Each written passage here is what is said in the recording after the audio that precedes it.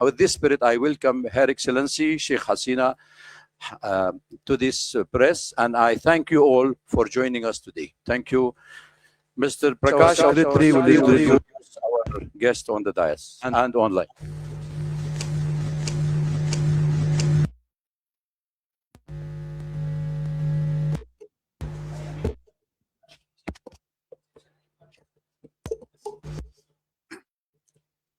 So, ladies and gentlemen, we have got quite a distinguished panel here. Some of them are here, and some of them will be joining us from abroad. Yeah. Is it okay? Yeah. So So let me introduce. To begin with, I'm introducing Engineer Muhammad Ali Siddiq. He's the General Secretary of Bangladesh Human Rights Judge, and he's based in USA. He's amidst us. Then we have Advocate Shah Muhammad Bakhtiar. He's the Director of Bangladesh Human Rights Watch. Then we have the famous cricketer. You all must be knowing him, Sajeeb Wazed Joy. He is the former member of Parliament, cricketer. He's joining us from Columbus. At the moment in Sri Lanka, he'll be joining us. Then from London, the former diplomat and security analyst, Mr. Aminul Haq Polash. So he will be joining us from London. Then Mr.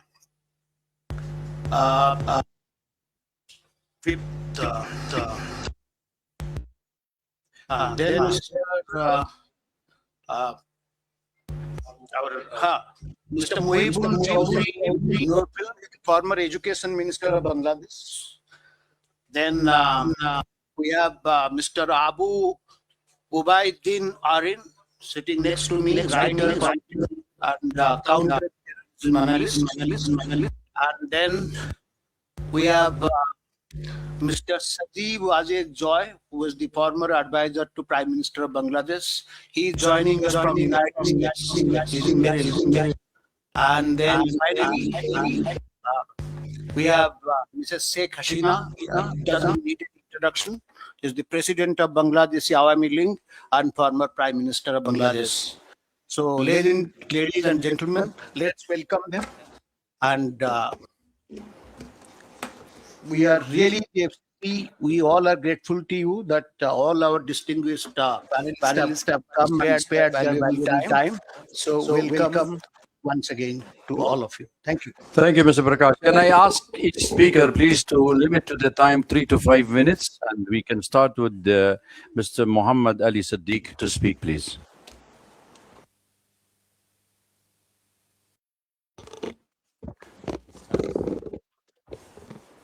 Good evening, everybody, especially the President of FCC.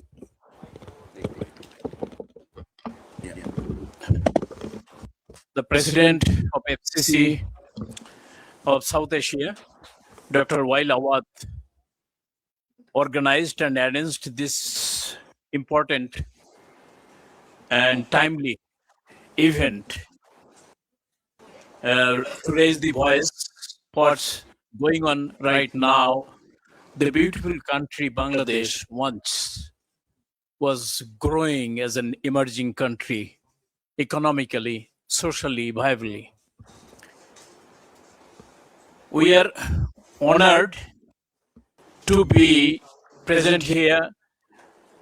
The former Prime Minister Sheikh Hasina is the chief guest, and she will deliver her important speech over here regarding the second anniversary of the crucial, disastrous, dangerous day, 5th of August 2024. She knows ins and outs how these events happen, how the popular democratically elected government ousted by So we don't want to kill time. I traveled all the way from New York to Delhi. I would like to listen her. I would like to listen her visionary leader, son Sajeeb Wazed Joy, IT specialist and the former ICT advisor to the Prime Minister Sheikh Hasina. I would like to conclude here, not to expand any more further. So I'm going to give my time to the chief guest. Thank you all. Thank you very much for giving me the opportunity. Thank you, Mr. Muhammad, for sticking to the time. That was very nice of you. Please, can I have Advocate Shah Muhammad Bakhtiyar? Before that, just one second. Netri, can you hear? Apa? Honorable Prime Minister, can you hear? I'm sorry, I couldn't. We can't hear you. She can hear. Can raise your hand. Just raise your hand. Yeah. Hello. Yeah, please go ahead. Well, thank you very much for receiving me in this meeting. Good evening, So, everyone. Today is Honorable FCC Club President, and with FCC Club digital print media members. I am Advocate Shah Bakhtiyar. I am here. We are in Bangladesh right now, severe seeking in democracy problem.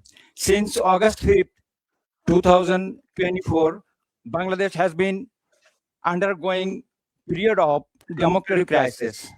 Dr. Yunus' occupation of the democratically elected government of Sheikh Hasina has caused nationwide crisis where the mob violence has resigned supreme. Law and order has been taken a back seat as the life of the many have been uprooted during this time. The Yunus administration did not follow the constitution and instead following their own rule as they use their power for the own benefit. The outright ban of the Awami League has not only disrupted in Bangladesh political scene, but ruined their human rights record as well. Political leaders have been wrongly killed and also thrown them into the jail without fair court trial. During his Dr. Yunus' 18-month ruling time, Bangladesh regressed as a nation economically. The growth in gross domestic product (GDP) decreased, causing unemployment to rise alongside the decrease in the law and order. Petty theft alongside other serious crime have been on the rise. To avoid taking responsibility for this, he hosted an election where the parties he picked were Jamaat and BNP. The parties they are favor to him. Both parties would go on to form a government in 2025 following Yunus' method. Diplomatically, we request help in the restoring stability in Bangladesh. We request a fair trial for Sheikh Hasina has and proper election where the Awami League government can contest so that democracy can be restored in Bangladesh. Thank you. Thank you for all. Thank you very much. Also, can I have Sajeeb Al Hassan online, please? Can you hear us, Sajeeb? Bhai? If Sajeeb is there, Wait, one thing happened. He is currently playing in Sri Lanka, so he sent a message, voice message about it to me right away. He's playing the semi-final of Sri Lanka Premier League. I'm playing it. okay. Can we go live?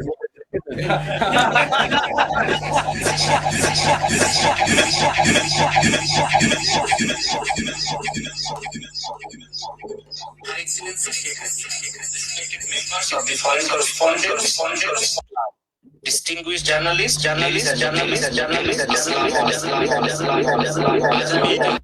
হিসাবে আপনাদের সামনে কথা বলতে চাই। August মাস আমাদের ইতিহাসের এক গভীর আবেগের মাস। এই মাসে আমরা শ্রদ্ধার সঙ্গে স্মরণ করি আমাদের জাতির ইতিহাসের এবং সেই সব মানুষের যাদের আমাদের একই সঙ্গে সাম্প্রতিক সময়ে আমাদের দেশে যে প্রাণহানি ও সহিংসতা ঘটেছে তা আমাদের সবার হৃদয়কে গভীরভাবে ব্যথিত করেছে। যারা প্রাণ হারিয়েছেন শিক্ষার্থী সাধারণ মানুষ, আইন শৃঙ্খলা রক্ষাকারী বাহিনীর সদস্য কিংবা অন্য যে হোক না কেন, প্রতিটি জীবনই ছিল একটি পরিবারের একটি মায়ের সন্তান আমাদের দেশের অমূল্য সম্পদ। আমি তাদের সবার প্রতি গভীর শ্রদ্ধা পরিবারগুলোর প্রতি আন্তরিক সমবেদনা প্রকাশ করছি। যারা আহত হয়েছে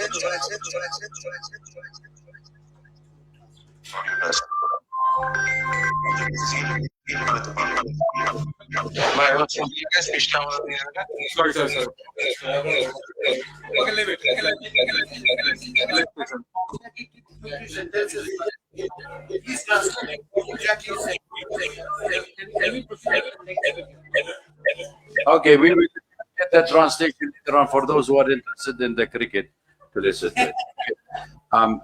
We had Mr. Sajeeb, then we have the Mr. Aminul Haq, Polish, speak also with us. He is a former diplomat and security analyst. He's with us online. Hello, am I audible? Unmute yourself, please. Yeah, it has been unmuted. Am I audible?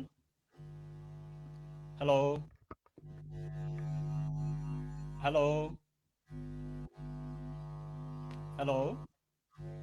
Yeah, we can hear you. Okay, thank you. Good evening. My sincere thanks to the Foreign Correspondents Club of South Asia, the organizer, the journalists present here today, and all distinguished guests. I'm Aminul Haq Polash, a former intelligence officer and diplomat from Bangladesh. I speak from professional experience and from serious concern about the security direction of my country. The issue I want to address is not only a domestic political concern, but a regional security concern. Since 5th August 2024, Bangladesh has seen the renewed rise of terrorism and Islamist extremism. This poses a serious danger not only to Bangladesh, but also to South Asia. Anil. Hello? Hello?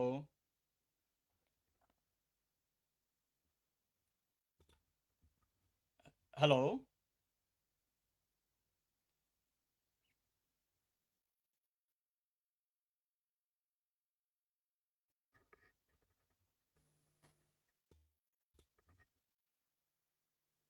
Mr. Polash, please speak. Okay. Am I audible now? Yeah. Yeah. Let me begin with the recent facts. On 24th July 2026, a powerful IED hidden inside an umbrella was found under the Motijil metro station. On 31st July, a pressure cooker bomb was recovered near a tea stall in Ashulia Shavar. On 1st August, bomb-like objects were reported near Mirpur 10 and Farmgate metro station. And just days before, on 3rd August, a bomb kept in a bag exploded in Borishal, severely injured 3 people. These are not isolated incidents. They are early warning signs. An IED doesn't appear by accident. It requires knowledge, materials, testing, delivery, target selection, and logistical support. When such incidents appear in different parts of the country with increasing regularity, it shows that extremist actors have developed both capability and network. The authorities remain in denial. There has been no visible action against the networks behind these incidents, no meaningful arrest, and no serious public explanation. The Home Ministry has categorically rejected the presence of militancy in Bangladesh, even as warning signs continue to appear on the ground. Bangladesh has seen this denial before. Immediately after the BNP Jamaat alliance came to power in 2001, extremist procession appeared across the country chanting, "Bangla will be Afghan, we will be Taliban." When the notorious JMB terrorist Bangla Bhai emerged, the government dismissed him as a media creation. That denial gave militant networks the space to organize and expand. The consequences were severe. In 2005, JMB carried out coordinated bomb attack across 63 districts of Bangladesh. On 21st August 2004, grenades were thrown at Awami League rally to assassinate Sheikh Hasina and eliminate the party leadership, killing 24 people and injuring more than 300. The 10-truck arms haul showed how Bangladesh was used as a route for weapons intended for insurgent networks in the region. Even a foreign diplomat was not spared. British Ambassador, High Commissioner Anwar Chaudhuri was attacked at Shah Jalal's shrine in Sylhet. So when the current authorities deny the return of militancy, I don't hear the reassurance. I hear history repeating itself.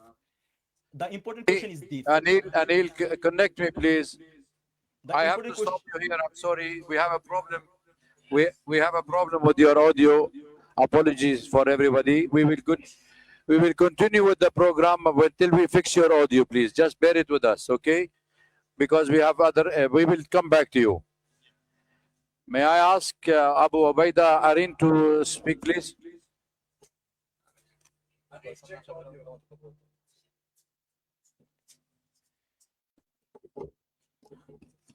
Good evening, everyone. Present over here today. Thanks for joining us today. And special thanks to everyone who is broadcasting in Bangladesh, despite of government's technocratic, electronic, dictatorial statement of not letting our Prime Minister, the former Prime Minister of Bangladesh, our party president,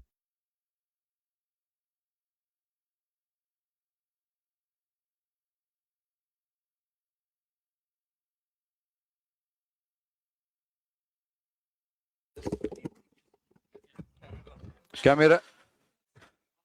Please. Silent, please.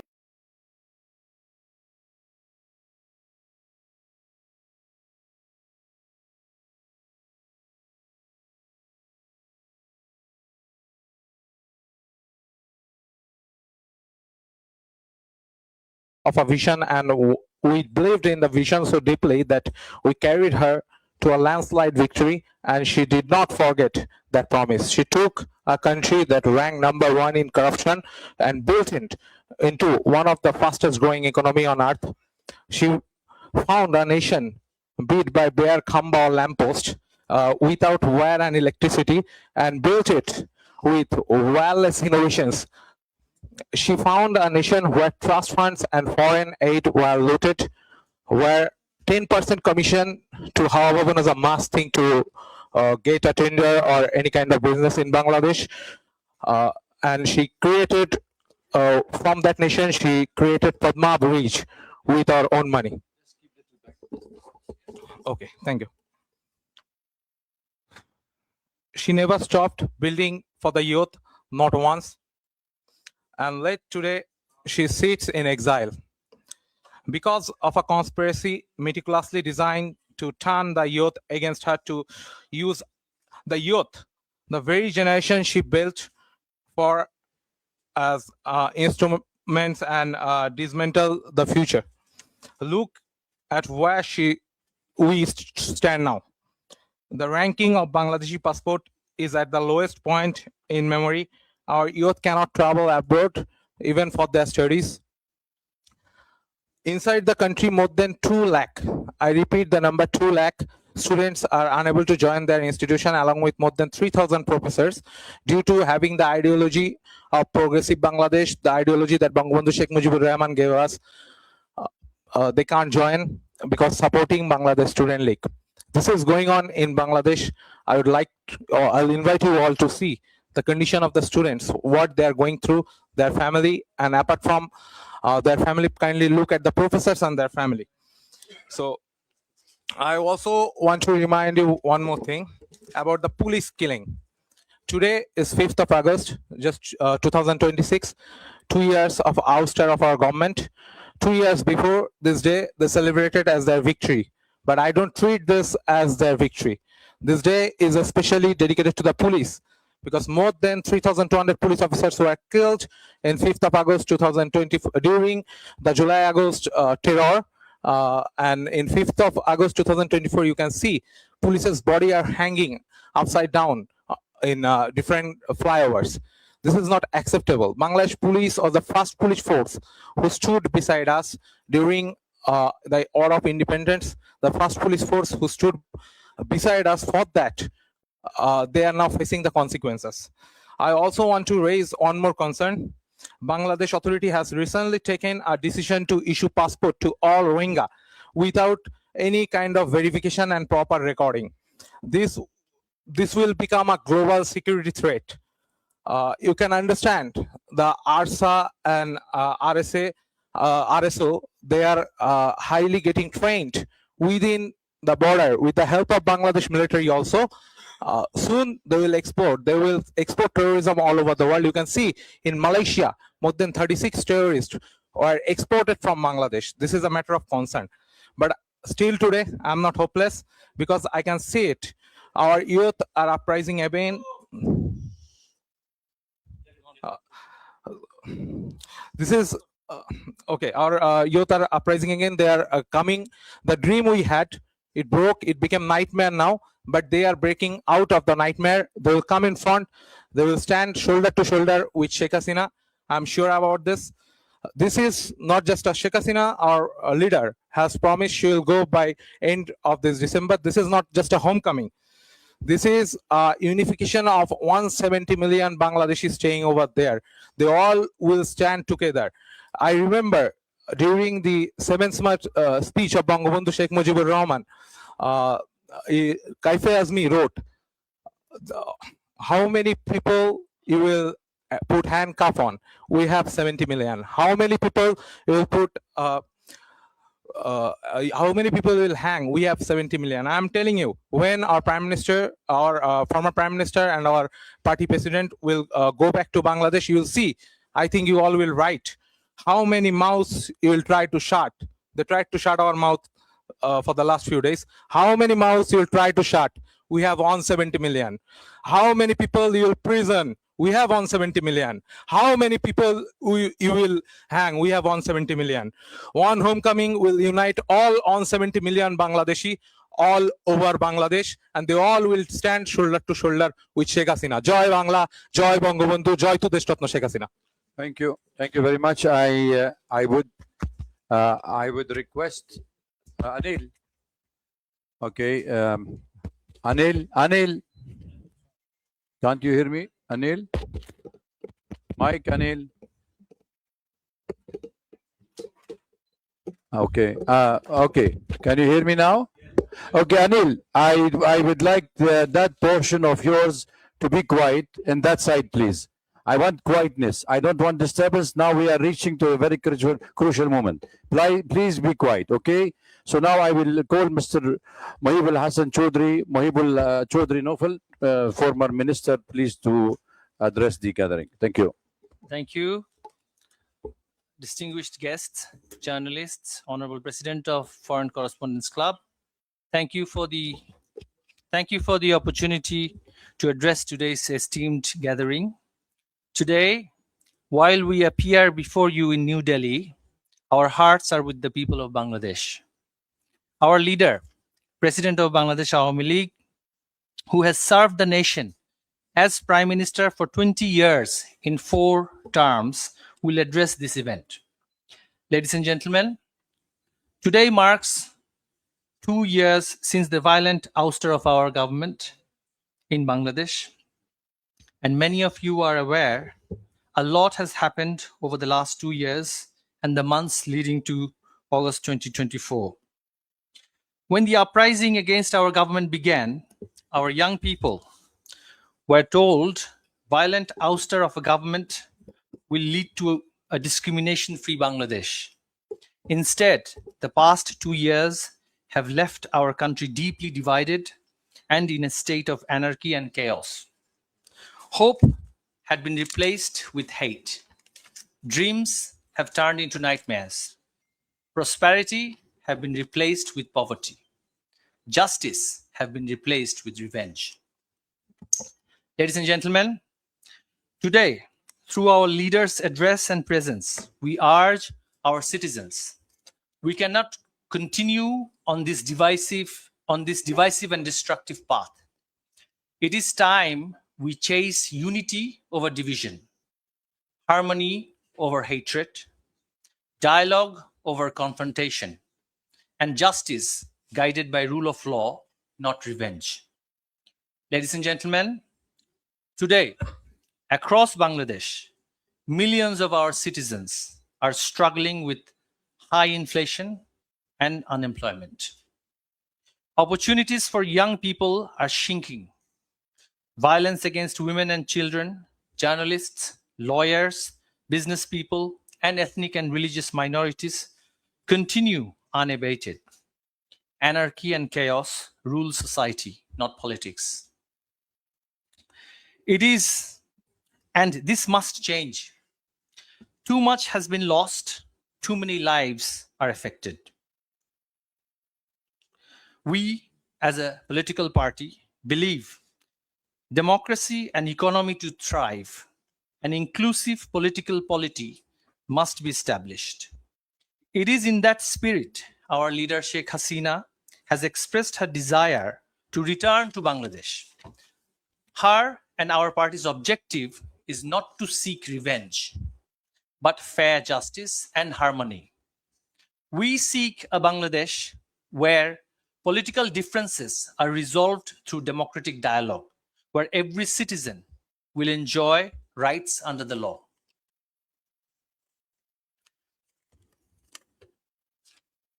Ladies and gentlemen, as a political party that has served Bangladesh for decades, we recognize no government is without shortcomings. We recognize and acknowledge leadership requires humility, accountability, and the courage to learn from success as well as failure. We remain committed to building upon our success while acknowledging where we could have done better and where we have at times failed. We seek no special privilege. We seek only the restoration of equal constitutional and democratic rights for every citizen and every political party in Bangladesh. We respectfully call upon every constitutional institution of Bangladesh to uphold their responsibilities with fairness, neutrality, professionalism, and fidelity to the rule of law. To the young people of Bangladesh, we say, your dreams matter, your aspirations matter, your future matters. You deserve a Bangladesh where you can study, work, innovate, and prosper without fear, discrimination, or political division. Ladies and gentlemen, our plea to all the friends of Bangladesh and international stakeholders is that they ought to facilitate an inclusive political atmosphere and not support the extreme elements who are continuing violence in Bangladesh and who are institutionalizing religious extremism in Bangladesh. We find the veiled extremists are often touted as liberals by certain stakeholders, and we urge to end this duality. To our people, we urge, let us come together, not as opponents, but as one nation. Let us reject the politics of hate and embrace the politics of hope. Let us replace division with unity, fear with confidence, exclusion with participation, and vengeance with justice. And let us see this homecoming of Sheikh Hasina as a chance to heal and hope and not fight and fall. We believe together we can rise again, learn from past and progress into future. But if we don't now, if we don't, grave and worse future awaits us. We cannot let Bangladesh become a failed state. If the extremists and the fanatics are pampered and patronized, this future generation shall suffer for perpetuity. May we stand and heal together and defeat the dark forces. Joy Bangla, Joy Bangla. Thank you very much for your point of view. And I would request Mr. Aminul Haq, Polish, if you are still with us, if you can come for 2 minutes only, please. Just 2 minutes, but slow if you can. Otherwise, I have to go to the second speaker. Please, thank you. Am I audible? Yeah, am I audible now? Hello? Hello? Hello? We can hear you. Okay, so let me wrap up in this way. So there are several current incidents that indicate that like Islamic terrorists and the militants are directly active in the field. Still, government is denying the fact, and it doesn't start overnight. It starts right after 5th August 2024. militant leaders has been bailed and released. They came to the public sphere. They have become active again. The Yunus regime didn't take any sort of initiative to tackle that tackle that terrorism issues. And that is still going on. So I urge to international community so that they can come forward to look into the issue, because terrorism never confined into a national border. If Bangladesh, the terrorism cell active that much that are currently visible in the field, so that will impact not only Bangladesh, but also our regional security, as well as the Bay of Bengal, our maritime road, our business, investment, everything. So my urge to the international community and the journalists to look into the issue, because Bangladeshi media is not speaking in line, and the authority is in denial mode about the resurgence of militancy in Bangladesh that we successfully combat in 16 years of Awami League government under the leadership of Sheikh Hasina. Government is planning to dissolve CTTC, ATU. They are the fundamental backbone of countering terrorism. So these things are happening in Bangladesh. We need international community attention in this matter. Thank you so much. Thanks for having me.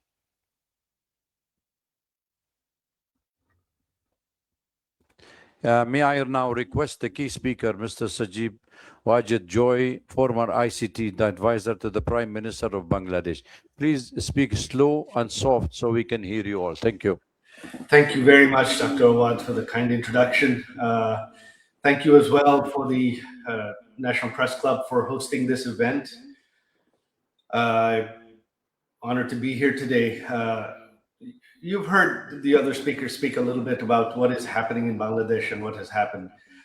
I want to bring a few things to everyone's attention, and this is something I believe that the international community needs to focus on. First of all, you have heard the refrain again and again that about the deaths during the July-August protests of 2024. Here is what no one is talking about. You have various counts on the numbers. You have the UN number of 1,400, whereas the government number is 800 something. Who are these additional 600 people? Where did the UN get those names? Our party has written to the UN, our lawyers have written to the UN again and again, and to date the UN has not provided any names. But more importantly, the UN only covers a period up to August 15th of 2024. But we know that the deaths continued. And what is most alarming, and this is something that I believe that the press, the international press, should really, really pay attention to. You see, the Yunus regime, one of the first things they did was pass an ordinance which became law called the Indemnity Bill, indemnifying all the protesters, everyone, blanket immunity, protecting them from any prosecution for any killings. That includes killings of civilians, that includes killings of our party members, and that includes killings of police officers. To date, the BNP government that is in power, they have ratified this ordinance, turned it into law, and this continues, which means that none of the police killings, we still don't know exactly the number of police deaths, none of the police killings can be prosecuted. So my question to you is this: are killings okay? Are killings acceptable? If you can have blanket immunity for protesters to kill police officers, to kill civilians, to kill Awami League members and leaders, then why blame anybody? That is the first issue I would like to focus on, the indemnity. I think this is something that has not been paid attention to. This is unprecedented. How can you have blanket legal protection for killings by anyone, especially killings of police officers? This is unprecedented. This is completely against all human rights, against all norms of decency. Secondly, what you have had since August of 2024, you have had thousands, tens of thousands of people behind bars, which are all now, on one hand, most of them, many of them are Awami League members and leaders. Most of them are being held without any trial, without any due process, without any bail. Many of them are elderly, in their 80s. Their health is failing. Many of them have died in police custody. Not only that, killings in police custody have continued. We have documented them. We have put them up on our websites, on our Facebook pages, full list of names, exactly when, which prison they died, under whose custody.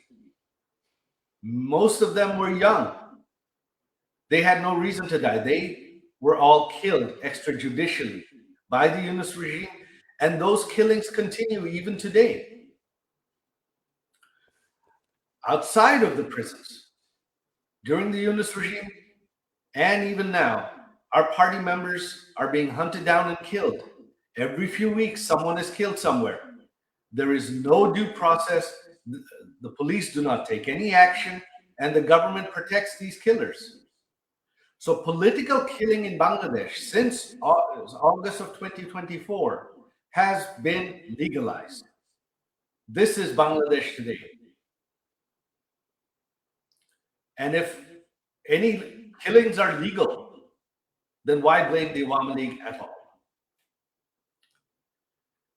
And finally, since 2024, not only Awami League members and leaders that have been behind bars, but anyone sympathetic to the Awami League. This includes journalists and businessmen, especially journalists, editors, owners of newspapers and television channels who were seen as pro-Awami League, have been behind bars for over 2 years now. You are the press club. Imagine if half of you, your members, your journalists, your editors, your media owners were held behind bars without bail, without due process, without charges, without trial for an indefinite period of time. Can that be imagined in any country? Is that possible in any country? Is that legal in any way? That is a gross, gross violation of human rights, of freedom of speech. And this is something I believe that should certainly alarm the international media community. This is what's happening in Bangladesh. So Bangladesh today is a failed state. It's not a failing state. It is a failed state. There is no human rights. There is no freedom of speech. Even prior to this event, intelligence services went to the headquarters and offices of every major media outlet, every major newspaper, and instructed them clearly not to rebroadcast this event, not just to rebroadcast this event, but not to provide any coverage from any international media on this event. They're not allowed to share links from foreign media on their websites. Any journalists that were seen as still sympathetic to our government or against this government, many of them were fired even in the last couple of days. This is what's happening in Bangladesh. And what is the future? What does the future hold? There is no law and order. There is no constitution in Bangladesh today. What should concern India most is Bangladesh has become another Pakistan on India's eastern side. You have another Pakistan today on your eastern front. Foreign intelligence services, especially ISI, has an open hand. Militants, hundreds of convicted terrorists that our Awami League government arrested and convicted and put behind bars, have been released from prison. Hizb ut-Tahrir marches openly. Al-Qaeda operatives speak at public rallies. This is what is happening in Bangladesh. And this does not portend well for India and the world at large. In the future, the next set of terrorists globally are going to be coming from Bangladesh, unless this is stopped now. And where it has to begin is from the media, especially you in India. You are the world's largest democracy. Your media has reach. You cannot take this as a sensational story only when something sensational, headline-worthy happens. This is something you have to cover every day. This is something that you have to raise international awareness of. If you raise it, the international media will pick it up. If the international media covers it, it will come to the attention of international leaders. That is what needs to be done. If that is not done, then Bangladesh's future is bleak. India's future security is bleak. As to what the future holds, who knows? But right now, this is the future. The Constitution doesn't exist. Even if we hope that in 4 years there will be an election in Bangladesh, who knows what form it'll take. The BNP, running unopposed, has a 2/3 majority. They can amend the Constitution however they want and ensure that the elections are set up just like the Yunus regime did, so that the BNP wins. What you have now is not justice. You've heard our former Minister Naufel talk about this. What is happening is not justice. What is happening is political exclusion of the opposition, of the largest political party in Bangladesh, in order to grab and hold on to power. That is what is happening in Bangladesh. This is democratic and electoral manipulation. That is all it is. The BNP knows that the Awami League is allowed to speak freely. People of Bangladesh are not happy right now. The economy has collapsed in the last 2 years under the corruption of the Yunus regime, and that corruption continues today under their economic mismanagement, both under the Yunus regime and the current regime. Bangladesh is on the verge of total collapse. In a few more years, the economy will have collapsed and Bangladesh will turn into a rogue state. The time to act is now. And I urge you, the place to start is in the media. We need you to bring the world's attention to this. With that, I conclude my speech. Thank you very much. Thank you very much, Dr. Awad and the National Press Club for hosting us. Joy Bangla.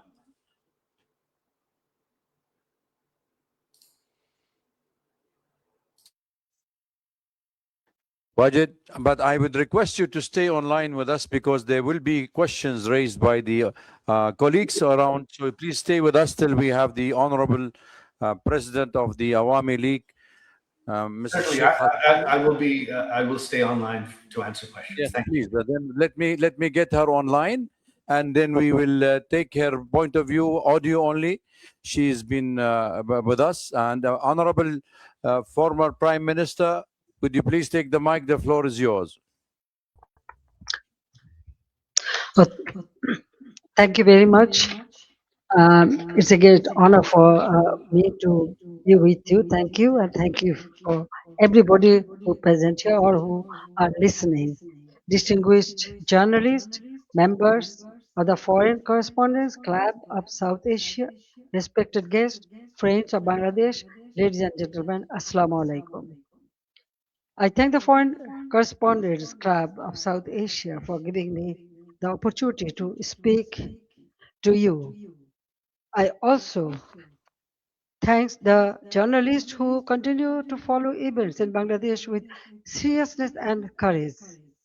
Journalism has a duty to seek truth, especially when power tries to hide it. In difficult moments of history, that duty becomes even more important. Today, I speak not only as someone who had the honor of serving Bangladesh 5 times as a Prime Minister, but also as the daughter of the father of the nation, Bangabandhu Sheikh Mujibur Rahman. I speak as someone who has spent her life with the people of Bangladesh. I was forced away from my country, but I was never separated from my people. Before I speak about the present crisis, I pay my deepest homage to the father of the nation, Bangabandhu Sheikh Mujibur Rahman, to the Saline national leaders, and to the 3 million martyrs of our war of liberation. I also remember with profound grief and members of my own family whom I lost on 15th August 1975.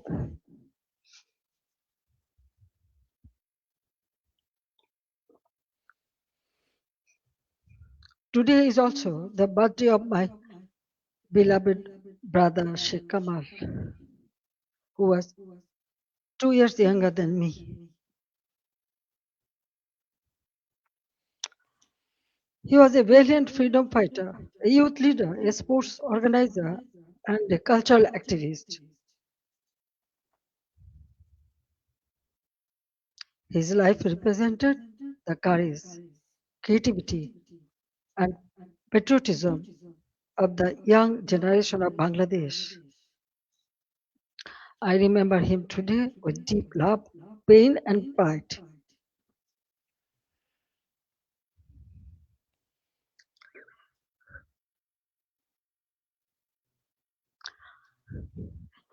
Ladies and gentlemen, for the last 2 years, I've watched my beloved Bangladesh suffer.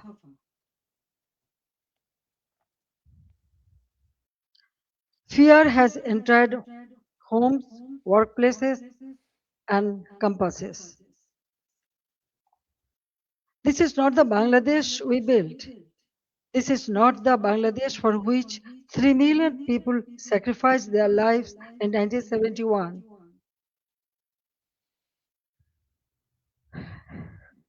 Let me begin with the truth about July and August 2024. It was not a peaceful student movement.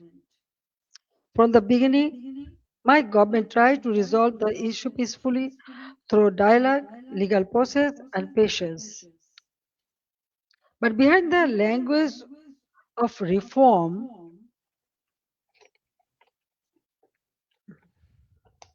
organized groups were working to turn students' demand into violent political instrument. In 2018, responding to student demands, we abolished the quota system. In 2024, when the High Court annulled the decision, the government appealed because we wanted to uphold the abolition. I personally took the initiative for dialogue with the students and invited them to Ganabhavan, the Prime Minister's residence. 3 ministers also held discussions with them. A quota reform movement was turned into a one-point demand for my resignation. False propaganda was spread in a planned way. Genuine students were emotionally manipulated, while organized groups used their movement as cover for and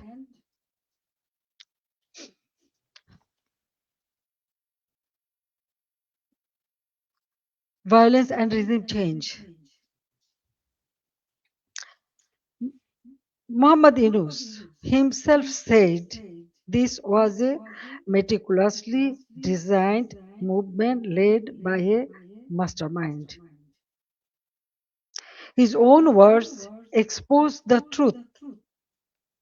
It was not simply a spontaneous student protest. There was no visible or responsible leadership.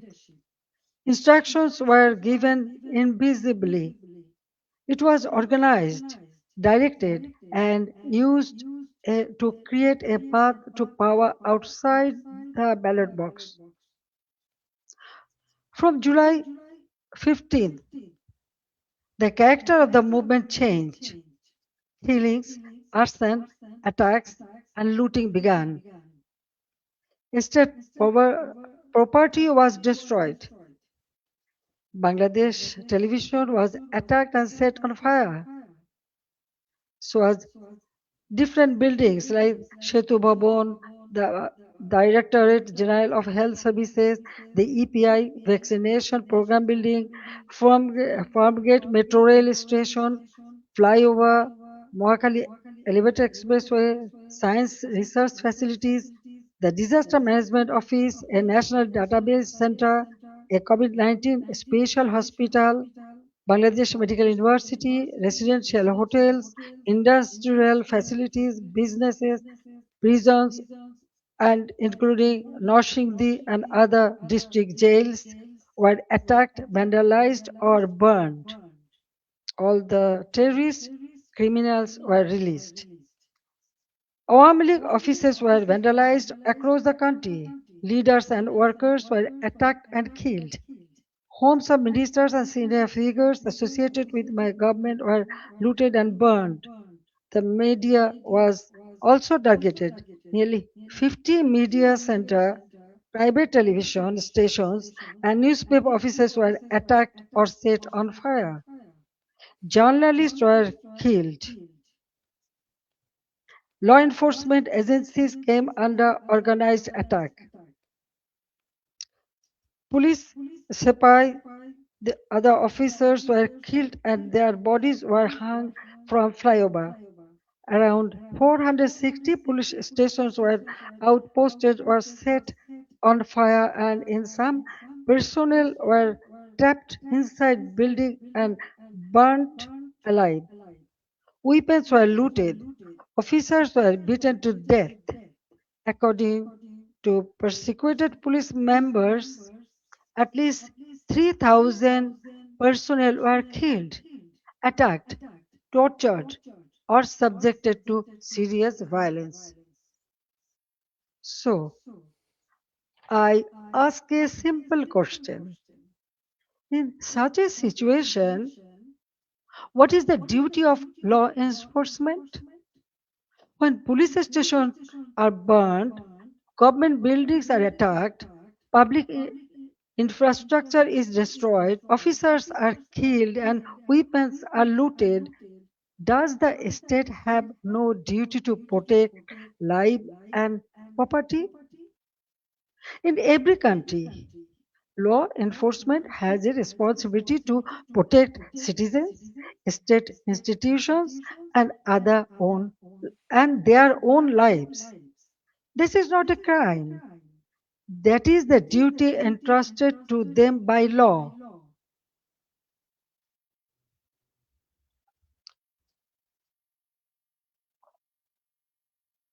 At the same time, I wanted the truth to be known. That is why I formed a judicial inquiry commission on 18th July 2024.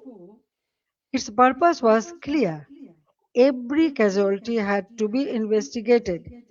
Every incident of violence had to be examined, and every family deserved to know the truth. I met victims' families, visited the injured, and instructed the authorities to provide the highest level of medical treatment free of cost. And on 1st August, I strengthened the inquiry into a three-member commission so that the investigation would be credible and comprehensive. But after seizing power, the illegal interim government led by Mohammad Yunus stopped the investigation. They did not allow the truth to come out. They gave indemnity to those who involved in the killings. If they truly wanted justice, why did they stop the inquiry? If they had nothing to hide, why protect the killers? That one decision tells the truth. They did not want justice, they wanted power. They did not want investigation, they wanted the evidences buried. Their own words export the truth. An NCP leader said revolution would not have succeeded if police had not been killed and the metro rail had not been set on fire. A BNP leader in Sirazganj also said publicly that Enayatpur police station was burned and police were killed to make the revolution succeed. These statements show that the July-August movement was not merely a quota reform movement. It became a coordinated assault on constitutional order driven by hidden instruction, organized violence, and propaganda. The conspiracy did not end on 5th August. After 5th August, violence became a campaign of political persecution. The killing that began on 16 July with the murder of Shobuz Ali, a Dhaka college student and student league activist, has not stopped. Awami League leaders and workers are being killed, disappeared, arrested, driven from their homes, and buried under false cases. At least 10,000 have been killed or disappeared. Around 650,000 have been arrested over the last 2 years. Around 3,500 cases have been filed. Namely, nearly 450,000 leaders, workers, and supporters are accused. More than 1 million others have been listed as unnamed accused. Against me, more than 600 cases has been filed. Women activists of Chhatro League, student organization, youth league, other affiliated organizations are facing abuse, humiliation, torture in custody. Many leaders and workers have also died in prison amid documented accounts of torture, denial of medical treatment, deprivation of food, negligence, and denial of basic rights. The persecution is not limited to the Awami League members of only. The member of minority community, judges, lawyers, intellectuals, cultural figures, journalists, professionals, workers, even rickshaw pullers, farmers, ordinary citizens have been attacked, arrested, or accused in murder cases. No one who stands for the spirit of the liberation war is safe. Symbols and memorials of our liberation war have been destroyed. Freedom fighters have been humiliated with garland of shoes. The historic residence of Bangabandhu Sheikh Mujibur Rahman, the Bangabandhu Memorial Museum at Dhanmondi 32 has been attacked and demolished in phases. This is not random violence. This is an attempt to erase the spirit of the liberation war from Bangladesh. Muhammad Yunus himself spoke of pressing a reset button to whip away the country's previous history. They want to erase the liberation war, they want to erase Bangabandhu, they want to rewrite Bangladesh against the foundation on which it was born.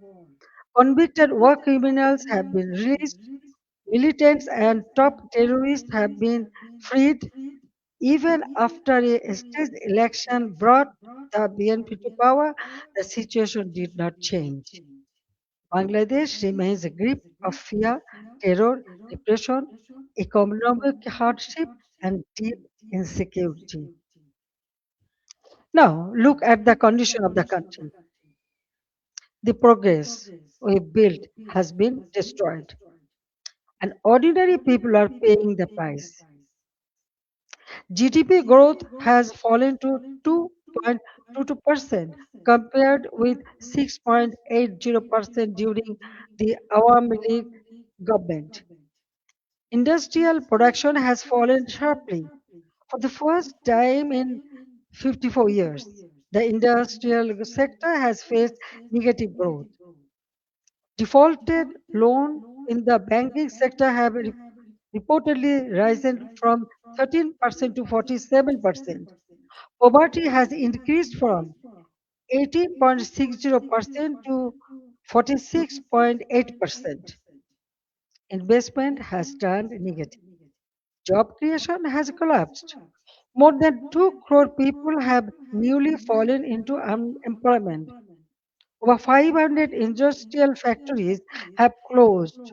More than half of industrialists and business owners are either in prison or forced into hiding. The government is running by borrowing 700 to 900 crore taka from banks every day.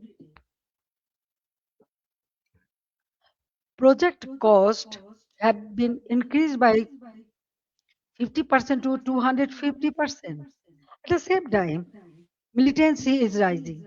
Women and children are facing torture, rape, humiliation. And ordinary people no longer feel secure in their own lives. Extortion, murder, kidnapping have become regular features of daily life. These are not just numbers or isolated incidents. Behind them, there is a family, a worker, a farmer, a small business owner, a mother who cannot buy food for her children, and a young person who no longer see hope. But let me also remind you what Bangladesh had achieved. The welfare of the people has always been the purpose of my deep politics. My father of the nation, Bangabandhu Sheikh Mujibur Rahman, gave his life for the ideal, and I have carried the ideal with full commitment. During my 5 terms as a Prime Minister, we used long term planning, sound financial management, disciplined implementation to place Bangladesh on a strong foundation. After 2008, across 16 years and 4 consecutive terms, we implemented major projects such as Padma Bridge, Metro Rail, Rupur Nuclear Power Plant, Matarbari Deep Sea Port, Karnafuli Tunnel, Bangabandhu Satellite. We maintained GDP growth between 6.5% to 7.5%. Our development projects were not vanity projects. They were part of building national capacity. Our social programs were not charity. They were investments in human dignity. We made Bangladesh stand tall. We made it known as the rising tiger of Asia. Bangladesh's crisis is not only a domestic crisis, it affects regional peace, security, trade, development, and human dignity. That is why I call upon the international community and all the friends of Bangladesh to stand with the people of Bangladesh in their struggle for democracy, justice, and peace. A stable Bangladesh matters for South Asia, for the Bay of Bengal, for development partners, and for all countries that believe in democracy, rule of law, and justice. The next decade can be a decade of recovery and renewal, but only if democracy is restored and the people are allowed to decide their own future. That is why I make these demands clearly. The ban on the Awami League must be lifted, political prisoners must be released, false cases must be dropped, freedom of speech must be restored, media freedom must be protected, judicial independence must be guaranteed. Law enforcement agencies must serve the people, not those who use power for revenge. These are not demands for one party only. There is necessary steps to save Bangladesh. Whatever fate awaits me, I will return to my people. I cannot stay away while my beloved countrymen are suffering. I know I may be detained, I may be sent to prison, they may try to enforce verdicts issued in fabricated cases, but fear cannot decide my duty to the people. My life moved beyond calculations of personal safety long ago. In 1971, I was in imprisonment with my mother. My son, Joy, was born in captivity. In 1975, I lost my family. I spent 6 years in exile. After returning home, I fought against military ruler, dictatorship, and political conspiracies.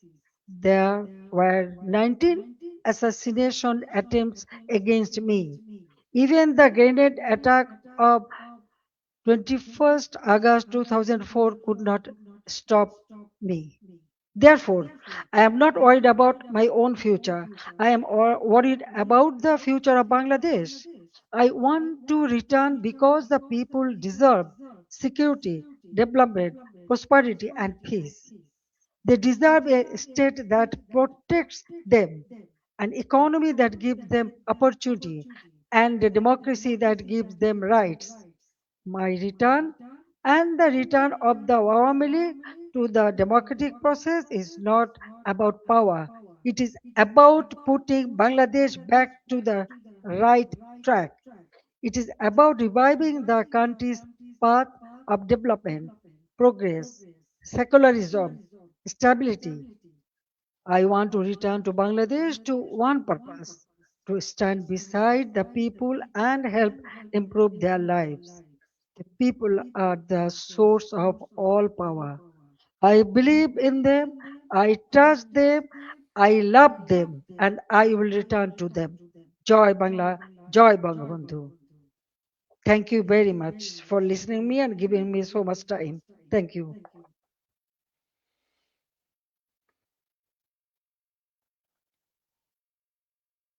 For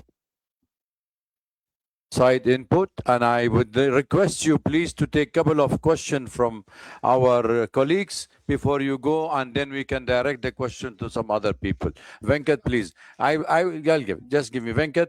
Wait for the mic, and we'll give priority to our members. Then I'll give you. Just let me just. Thank you.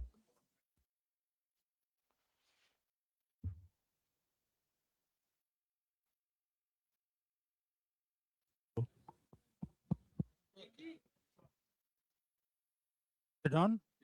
Can you hear me? Okay. Madam Sheikh Hasina, have you decided on the date on which you're going to go back to your country? Because the present regime says the moment you arrive in Dhaka, they're going to arrest you. What are your plans if they arrest you? Have you put together any team of lawyers to defend you in a court of law? What are your plans? Thank you. Thank you very much. Actually, I was not ready to take answer, but when you ask me, after going back, they may arrest me. I'm telling you one thing. 1981, when I returned home, that time also they tried to stop me. Dia Rahman was in power, but I went there. But 1983, I was arrested. And again in 1985, 1987, there are several times. Even 2007, that time also I was outside the country, but when I wanted to return home, they tried to stop me, but they could not. I returned home. So I know that they may put me in the jail or they may kill me, anything may happen, but still I have to go back.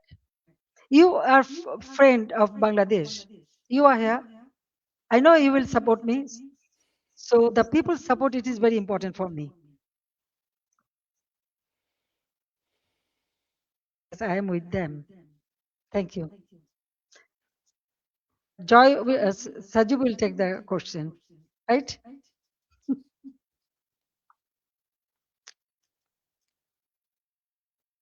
I hope Madam Hasina can answer this question. Sajeeb is a US citizen. The US ambassador to India has recently visited Bangladesh and expressed his confidence in Mr. Tariq Rahman's leadership. And Sajeeb is, of course, I'm aware that you have dual citizenship, Bangladesh as well as the US. But how do you view the US ambassador's remarks and his support also offering further deepening of trade relations with Bangladesh? And also, you said, Sajeeb, that Bangladesh runs the danger of becoming another Pakistan. But you are aware that one of the two countries, the country of domicile, the United States, under President Trump, has a particularly close relationship to Pakistan and is now building one with Bangladesh. So should Madam Hasina return, how do you intend to, where do you see the future of relations with the United States? Thank you. Thank you for your question. Look, the United States has its own goals. Yes, this is. I'm a dual citizen. What Ambassador Gore's remarks, they are simply diplomatic remarks. Those are standard things any diplomat is going to say. The current U.S. administration, their focus is on trade. They are not focused on democracy, human rights, any of that. Their focus is to increase trade with the U.S. No matter what. So that is what the policy this administration is continuing. However, as you are very familiar, in the U.S., it is a very democratic country. The government changes, policies change completely, the U.S. has close relations with Pakistan now, but a few years ago they didn't. So this can all change very quickly.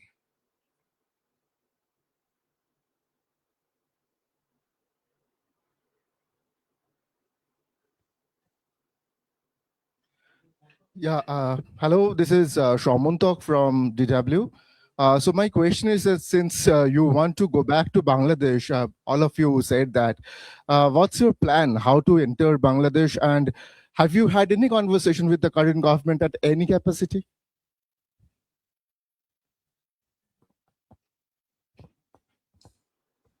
I think my mother wants me to answer that as well. No, we are not in communication with the current government at all. She is doing this. She wants to do this regardless of what the government of Bangladesh wants.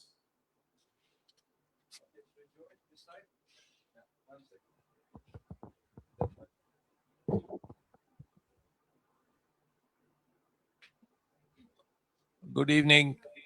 My question is, the Sheikh Hasina has been in India for 2 years, roughly. And how has her stay been? Has she been in touch with the government of India and its officials? And the fact that she's keen to go back, is this something the government of India is aware of? And how does the government feel? Because the Prime Minister of India in the past has said that Sheikh Hasina is my sister. Well, obviously, the fact that she wants to go back has made international headlines, so I'm sure there isn't anyone in India who is not aware. With regards to how they're treating her, they are treating her like a head of state. They are treating her very well. She's staying as with the full services and security of a head of state. They have shown her, Prime Minister Modi's government has shown her the utmost respect, and for that I am eternally grateful.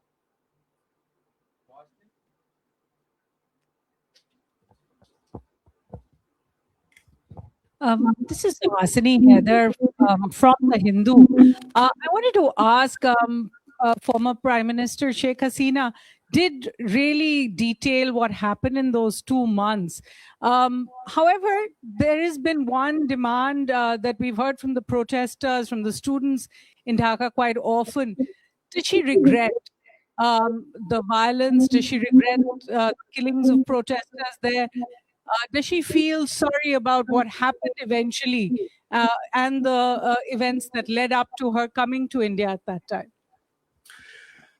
Look, this question of regret and apologies has been raised, but you see, the Yunus regime and the BNP regime has continued what I mentioned in my speech: immunity, indemnity.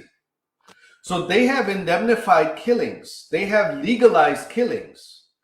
The killings of police officers, the killings of civilians, the killings of Awami League members. So in this situation, and you have heard my mother express that this was a violent situation. So if one set of killings is legal, then how does the question of apology arise? Why does it arise? You can't have both. You can't have one set of killings being legal and another set someone has to apologize for. So the day the indemnity is lifted, the day the protesters who killed police officers and civilians and Awami League members are arrested, then the Awami League will apologize, will express regret. But until that day, there is nothing the Awami League to apologize for, because currently all killings in Bangladesh are legal.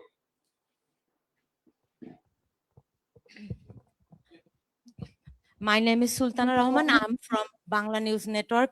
Honorable former Prime Minister, apnake salam. Maybe I'm the only journalist from Bangladesh here. I'm really excited and emotional too.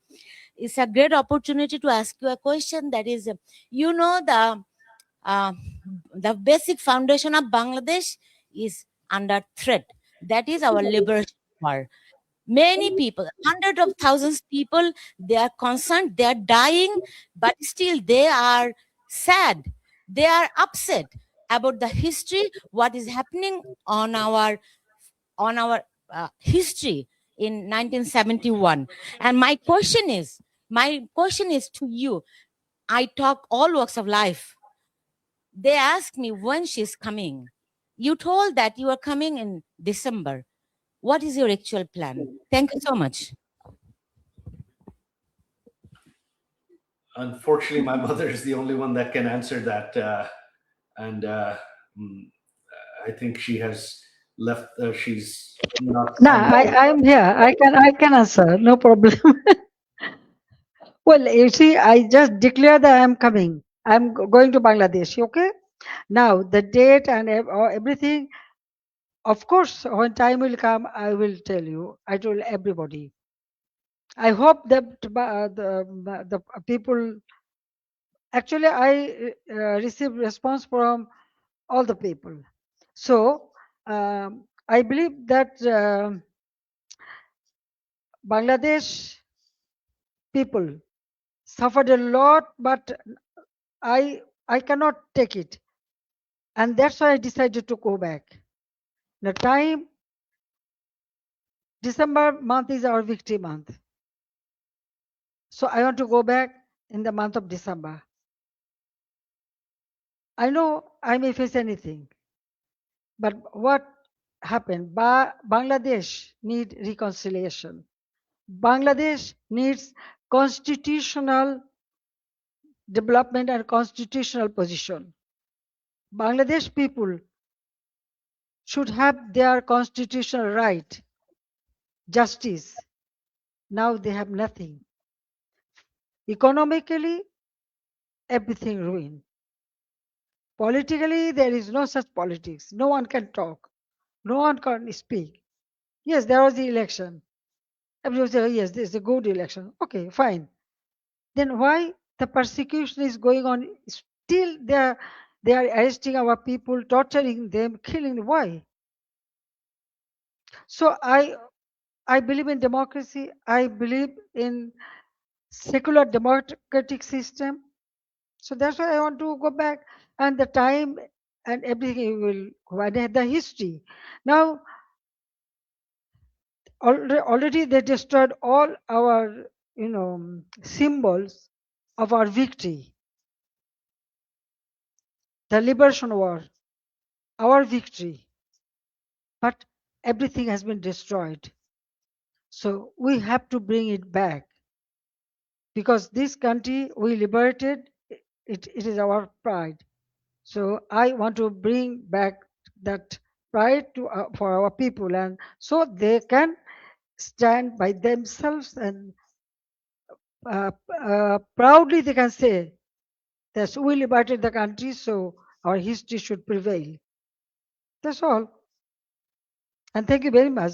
You speak always in favor of our liberation victory. But at this moment, you know what is happening. Those who lost the war, now they are praising them.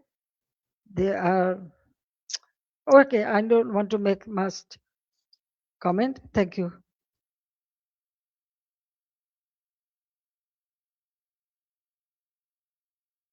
TV, you had given us an interview where you first revealed that you will be going back to your homeland in December this year. But I also want to communicate. Your son just said that there's no communication happening with the government. But would you want some kind of a back channel with the government before you revisit and return to your homeland, or would you want some kind of a mediation to happen from any neutral party or any neutral country?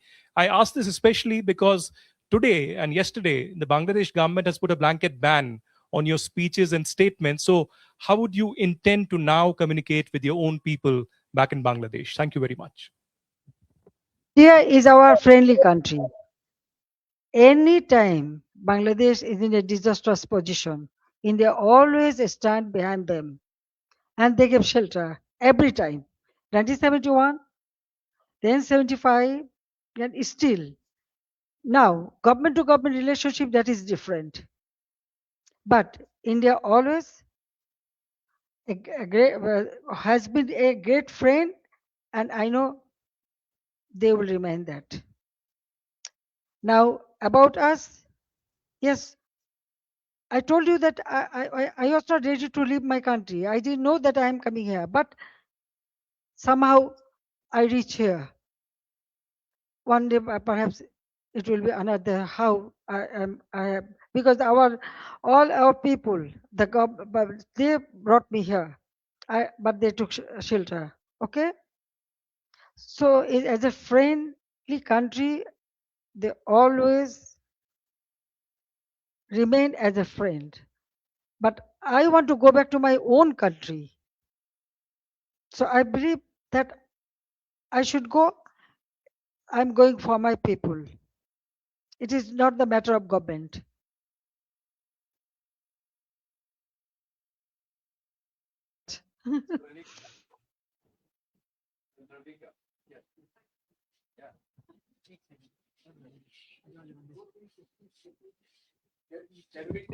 Check. Let's take 2-3 questions at one time. Madam is still with us. That will make it easy for all of us. I try to accommodate everybody, but please make it short. No need for any observation. Just short question. No, Please. I'm telling you one thing. I can see so many hands. If you have so many questions, there is the email address. There is the email address. If you When do you intend to return back? Is there a specific date? And what message do you want to send to the people of Bangladesh? And how do you respond to the criticism of your government's handling of recent political unrest and protest? One more question that I would like to put out is, how do you respond to calls for... Also, what are your priorities for Bangladesh's economy? As you have already mentioned about it. So if you would like to respond to that. Madam Hasina, this is Ayushi Agarwal from ANI. Your party, Awami League, continues to remain banned in the country. But if the Awami League is eventually allowed to participate in elections, would you seek to lead the party again? This is Yeshi Seli from Business India. What kind of support are you expecting from people in Bangladesh? What is the percentage of people who will still support Awami League? And do you expect the youth to come out and welcome you once you decide to walk inside Bangladesh? Take 3 questions and then we'll go second round and that's it. I'm trying my best. Former Prime Minister Hasina, I have a very personal question to you. Last time you went back to Bangladesh in 1981, you went to the Nizamuddin Dargah, which has a very strong connect with your family. Will you go to the Dargah this time again, given the fact that your father also had a connect with the Dargah?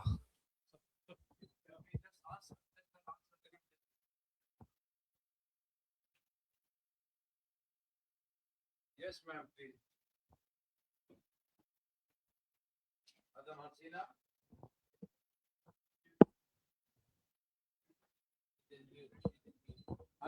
Unmute yourself.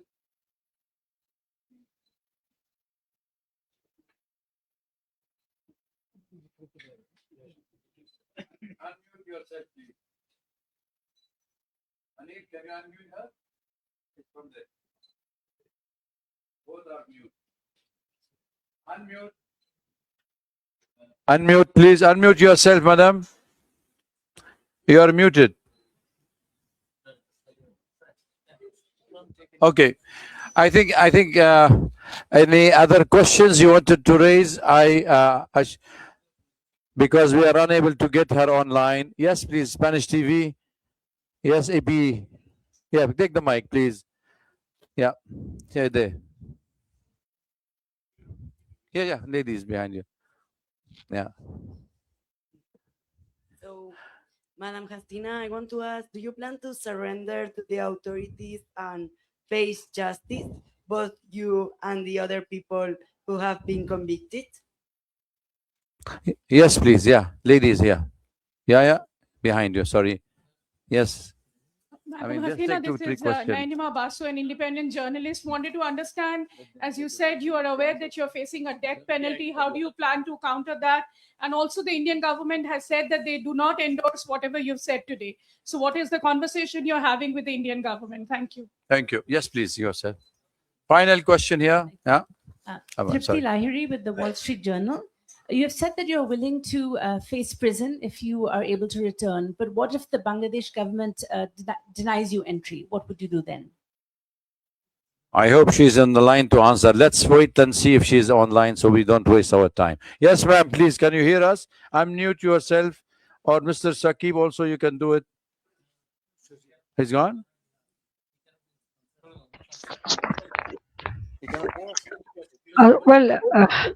Yeah. What I want to say that all the questions already I answered many of the paper or media before that, and that's why I feel no need, because going back to Bangladesh I already told you, and visiting the serene place, this is our custom. Definitely, usually we do it. So Nizamuddin Awliya or any place we can go, we can visit. That's the one thing.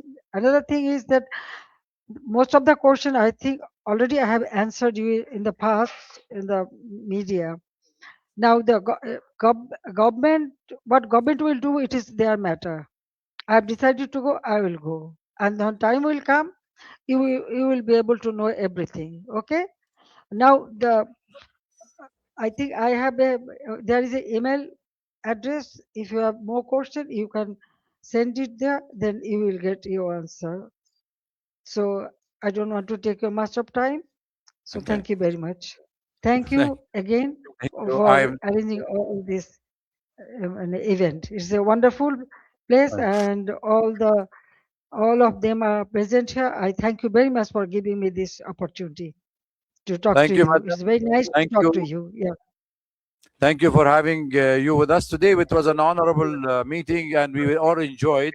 And I'm sure that we will wish you, all of us, praying for your safe return home and goodwill for Bangladesh. I just wanted, before we end the session, to ask the minister, former Minister Muhammad Ali As-Siddiq, to acknowledge the presence of some of the Bangladeshi leaders among the audience. Please, could you please?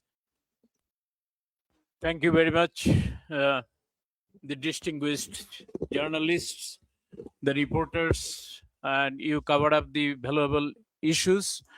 Today, from all the way to Europe, our all European, Awami League President, Muhammad Nazrul Islam is here. I would like to recognize him. No, I have another person, Dr. Pradeep Ranjan Kaur from New York, from all the way. He presents here. Huh? And, you know, we want all sorts of your assistance and help to go back to Honorable Prime Minister to Bangladesh, restore the democracy and human rights. Thank you very much. Thank you very much, everybody, for coming. coming. We'll be answering.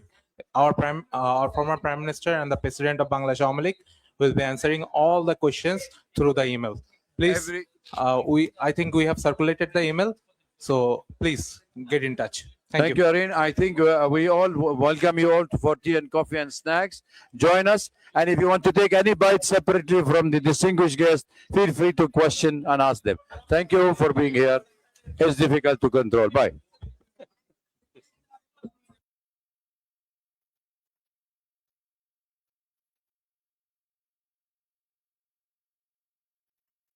There is also her script, the transcript of her speech